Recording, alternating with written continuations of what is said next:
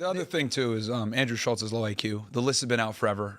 Literally, I've talked about it with Ryan Dawson. Whitney Webb has exposed it. A million people will know who are on the list, but yeah. But it's not the complete everything. And it's not the confirmation from the DOJ, which Trump promised. Yeah. No, I get it. But he's like harping on the list has been out. But again, he's just saying, Schultz says whatever he needs to say to sound cool and sound like he's in it. Like he's been doing this for a very long time. He talks out his ass. He doesn't know what he's talking about. But these are normies, bro. He is a normie when it comes and exactly. And why do you think he's saying what he's saying? Because that's what's cool now. He always says what's it's cool. going to play. It's going to give an audience. Yeah. Okay, that means Democrats are winning on the optics. They are. Oh, well, yeah. On this, I've said it. Yeah. CNN's been running with this for a while, saying like they literally, Tapper did like a whole series on CNN where he played all the clips of Bongino, Kash Patel, Pam Bondi, Trump, like all of it when they were talking about the Epstein files. Like they have like a whole collage. They're loving it. And all the big left-wing commentators are loving it too. So yeah, it looks bad politically for sure. But to say, release the list is out, dude. It's like I said before, what the American public is really interested in is what I phrased before, which is we would need the intel community to step up and give it to us. Democrats went 4 years without making a peep about the Epstein client list. They didn't say anything when they had control of the government. This is all political opportunism. That's all that it is. No one should take anything they say seriously, but it is bad optics. And the people that your average normies, people that don't watch a lot of political, every left-wing commentator, if you look at their YouTube channel right now, it's all MAGA's melting. Epstein list is making them go crazy. They're beating us up on it big time. Yeah. Why is the Trump administration doing it? They're doing it. I'm sorry, it's on purpose. Well, so no question. Look, real quick. There's two plays, and I've already said it a million times. They do nothing. They literally just had to do nothing. They made this story. Pam Bondi went on TV. She made this story. They could have done nothing. The other issue is lie better. So they are making their bed, doing a piss poor job of managing this. And I don't mean literally they should come out and lie. I'm saying either put up or shut up.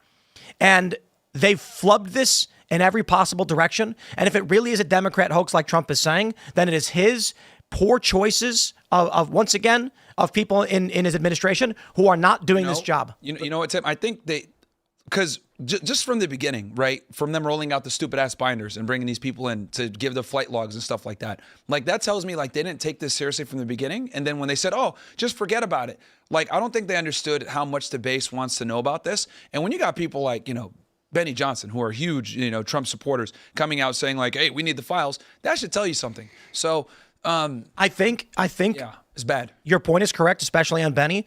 Andrew Schultz, I think, is the point. He's not a political guy. I don't expect. I see what you're saying. Like the fact that he's coming out and saying it is a problem. This is about perception and self-preservation. And I'm not saying that about to disparage Schultz as though he's panicked and like, no, I'm saying these personalities who are not in politics, they want to be on the right side of history.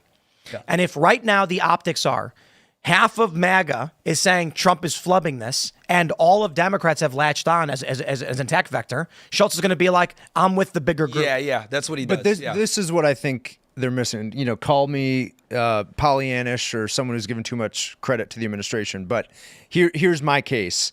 I think they're trying to get through the ugly fights that have to happen before the midterms, before another presidential election. The theory of the case, take it or leave it, is that you have to try and bring the Middle East and Europe to a close so that you can eventually draw down and focus on China. You need to get the big, beautiful bill passed so you get $150 billion for immigration, border control, and interior enforcement. And you move through the political capital it takes soon and fast while you still have it before you have to fight the midterms. You get over the frustration and the incompetence perhaps of the Epstein revelation because maybe there's nothing you can release. Given the relationship with the IC and what's behind closed doors. Yeah, this is an IC problem, not an FBI problem. Well, right. And so we're getting hard stuff out of the way so that by the time Americans are voting next November, they've seen the fruits of the labor. They're seeing that you can drive end to end in LA in less than an hour, right? Because of immigration enforcement. They're seeing revenue from tariffs hit. They're seeing jobs for Americans and not foreign-born workers that I think people will care about. That's it's ugly to make You're a lot of that saying, happen. like, you know, in the grand scheme of things, when it comes to getting shit done, this Epstein thing is a drop in the bucket compared to getting the other stuff through that needs to be done. And then you can always revisit this later. But I also see Tim's perspective where you're right.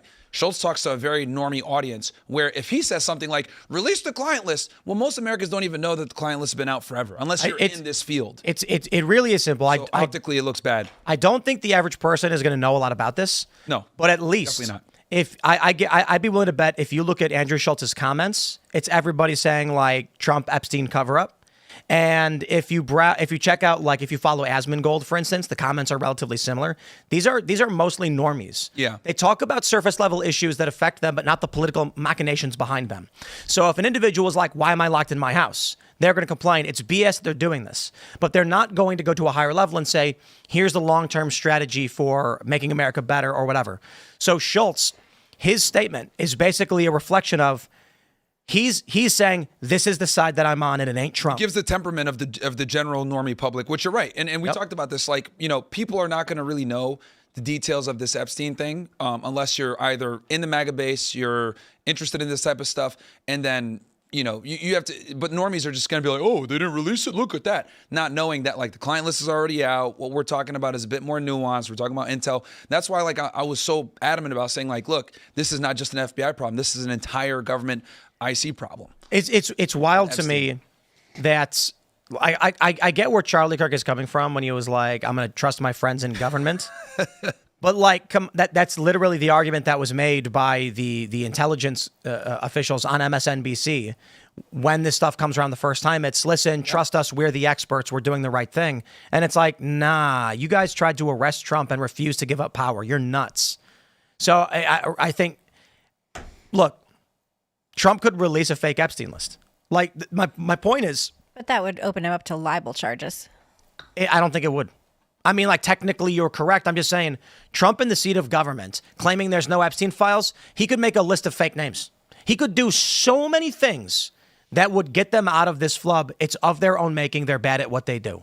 I'm not saying it's good and they should do that. I'm saying if they really are trying to lie and cover this up, man, are they bad at this.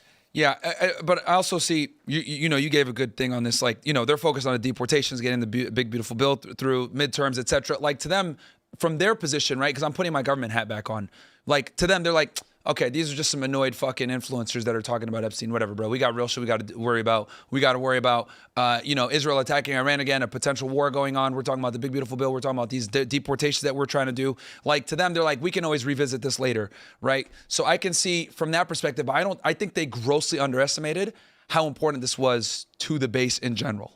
It's definitely affecting him. Yeah. I mean, the Rasmussen dailies are really bad for his approval Pam numbers. Bondi gave a press conference today with the DEA, and they were just like, I was looking at it in the chat, they were just like roasted her the whole time, saying Pam Blondie and she's stupid, blah, blah, blah. So they're feeling it now. She did not need to bring this up on Fox. They effed this up royally. They did, dude. And again, I think it's because they grossly underestimated how much the base cared about this. Like, with them rolling out the binder thing, when they did that, I was like, what the fuck are you guys doing? That was messed up. You know, the binder rollout was stupid. They really Phase took one. advantage of those people. They really did such a bad job because they took a whole bunch of people that had fought really hard during the campaign and made them look like clowns.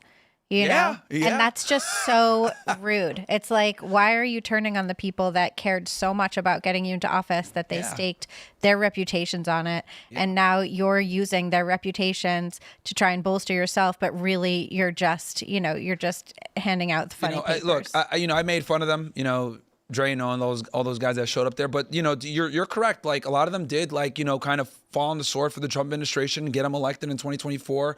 They were pushing him hard. So obviously they got the invite to the White House. But yeah, that was a drag. And that's not even why they were at the White House. They were at the White House for some other reason. Yeah. And Pam Bondi pulled them into a room to talk about this. They were there totally separate. I think they were there to meet the vice president or something like that. So this kind of got pulled on a tangent.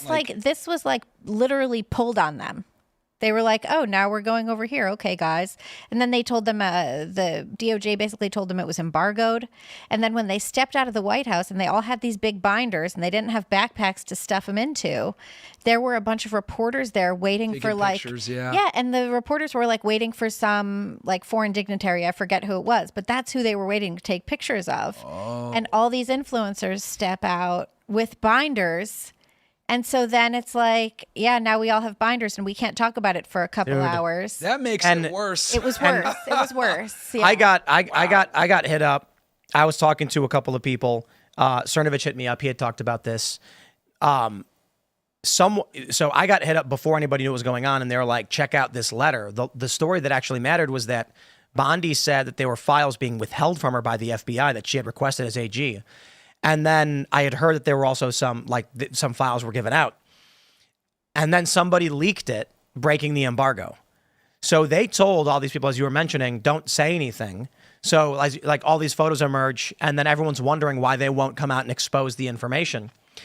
When you think about what was in those binders, because like the next day, we did an event in D.C., a live IRL show. Cernovich walks up and he hands me the binder, and he goes, go ahead, take a look. And then I open it up, and he's like, all of that's public. He's like, there's some stuff that's not publicly available. It's not relevant or incriminating or anything interesting. You know, it's interesting, though, because I'm like, in my head, when they got the binders, right, when they're in the White House, they could have kind of saved face, like, been like, well, if anyone was like an Epstein researcher, they could have been like, dude, this stuff's all out there. Like, we're going to look like clowns if we walk out there. They ushered him right out of the room. They hand out the binders and usher everybody out. Oh, so they didn't even get a chance to look at it? They didn't get a chance to look at it. Oh, wow. Yeah, that's bad, dude. See, That's that bad. Now that I know like the full story there, that's really fucked up that they did that to them. What is think this it's campaign they're doing? What is this campaign that they're doing? And Bondi has been on TV talking about Epstein for months and months and months. And now that, like, you know, she basically threw Trump in the fire or under the bus, or pick your metaphor, where is she? Like, you're not seeing her very much now at all. And she was out there running her mouth all over the place about this. Yeah, she did a lot of appearances on Fox, man, yapping. It's just bad because, dude, this is such a black eye for the right. Like, we just got to take the L here and admit it. Like, the lefties are going nuts. They're loving it. Like, yes, look at them. They're imploding. You know, I was at the TPUSA event too. Everybody was talking about Epstein the files. was the whole thing. It was so big, yeah, dude. it was so huge. Was it SAS or whatever? Yeah. And the thing that makes it worse is like they keep showing the reels of like how Kash Patel was saying that for Chris Wray has the files, right? Bongino's like, I'm not letting this go. It's on my desk right now. Like they're playing the compilation clips. Trump, would you release the Epstein files? Yeah, I would release it. I would do it. Like, I was like, oh God, dude, they're just beating him up right now. Because this is the biggest W the Democrats have had for a very long time because they've been getting destroyed. Oh, dude, this is the biggest win they've had in probably 10 years? Yeah. Well, yeah. Seriously. It's been a while. Certainly this administration. I mean, you look at Hillary's defeat, Trump comes in, and then it's floundering the whole way through. That the impeachment was, I wouldn't call that a win. It's like the impeachment thing was confusing. Then you get, technically you can argue Biden was a big win from they actually got the seat of power. But quickly after that, people were upset with Biden and they were struggling with leadership. This is tremendous for them. You have normies now. Yeah. Once again, realigning with Democrats in their position. And with Ro Khanna's amendment saying, release this stuff, and Republicans saying no, this is possibly the worst optics Republicans have faced in a decade. But how long is it going to last? I think that's the bet that Republicans are making. Trump's making it worse. Trump is so look. I'm sorry, but like this is why my assumption is he has to be doing it on purpose for some reason. Yeah, that's where I'm at. He's burning. He's dealing with, you know. I mean, if they wanted to wash this away, they could snap their fingers and wash it away. How but could they? Every time they come out, they make it worse. From the beginning, when Pam Bondi came out and said the files are on my desk. And she was asked about the client list. And then she goes, the files are on my desk. All she had to do was do another interview. And she was like, yeah, I've gone through them. And unfortunately, the files that I do have are files that have already been released. So I went through it. There is a list of names. There's a list of individuals. They're already public. So I'm going to put in a request to the FBI and see what information we're going to dig up. And we'll pursue it to the best of our abilities. You know where I think they fucked up? When they did the press conference with Kash and Bongino, and they said, number one, they said, he offed himself.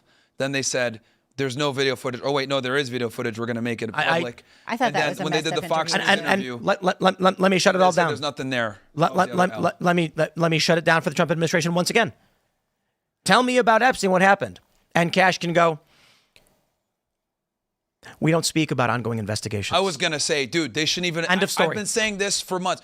They shouldn't even have given a statement. They should have said, here's all the stuff. I'm reserving my comment. Let the American public decide what they want to do and not say anything. But where they fucked up was they said that there's nothing there, right? He went on Joe Rogan and said all these things. Then they didn't release it. That looks bad. It would have been better to say, look, man, I'm just releasing it. No opinion. Here you go. That would have been way better. That's why my every step of the way here they fucked up. The binder release, L. It makes it worse now that I know all the facts that she mentioned before. The interviews on Fox saying like, yo, there's nothing there, blah, blah, blah. Then, forget about it, whatever. This was just such a blunder on every single level.